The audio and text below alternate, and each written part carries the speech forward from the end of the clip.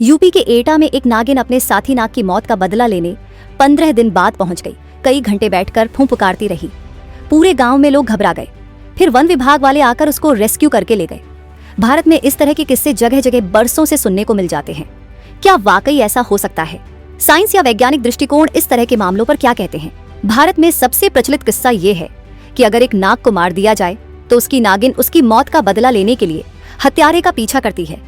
ऐसा माना जाता है कि नागिन अपने साथी की मौत को याद रखती है, बदला लेने के लिए सही समय और जगह का इंतजार करती है।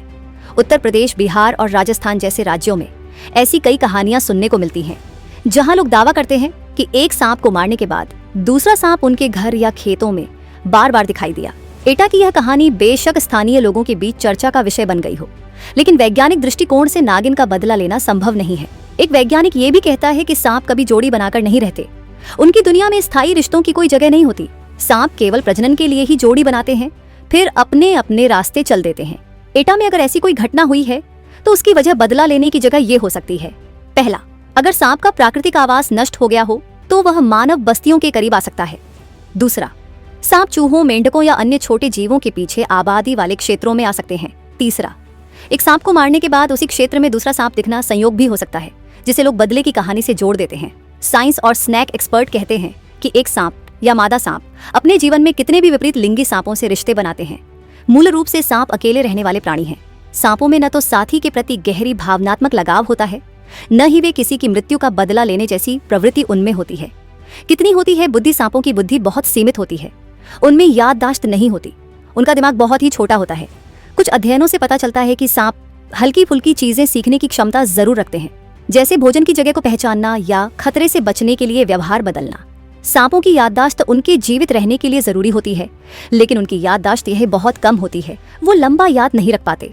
हालांकि कुछ अध्ययनों में पाया गया है कि सांप गंध के आधार पर अपने क्षेत्र को पहचान सकते हैं। उदाहरण के लिए वे अपने बिल या शिकार के रास्ते को गंध से याद रख सकते हैं। क्या सांप की आंखों में हत्यारे की फोटो बन जाती है? सांप की आंखों में हत्यारे की फोटो या छवि बन जाती है? ये धारणा भी देश के ग्रामीण क्षेत्रों में खूब प्रचलित है। ये माना जाता है कि अगर कोई सांप, खासकर नाग, मारा जाता है तो उसकी आंखों में उसके हत्यारे की छवि कैद हो जाती है और उसका जोड़ीदार उस छवि के जरिए हत्यारे का पीछा करके उससे बदला लेता है। आखिर वैज्ञानिक इस बारे में क्या कहते हैं? सांप की आंखें मुख्य रूप से गति और गर्मी को पहचानने के लिए अनुकूलित होती है। उनकी दृष्टि बहुत तेज नहीं होती। वे रंगों या बारीक विवरणों को उतनी स्पष्टता से नहीं देख सकते जितना इंसान देखते हैं। सांप की आंखों में फोटो जैसा कुछ बनाने की क्षमता नहीं होती। सांप की आंखों का गहन और डरावना दिखना लोगों की कल्पना को और बढ़ावा देता है। ये मिथक शायद सांपों के इस डरावने स्वरूप और लोक कथाओं से उपजा है।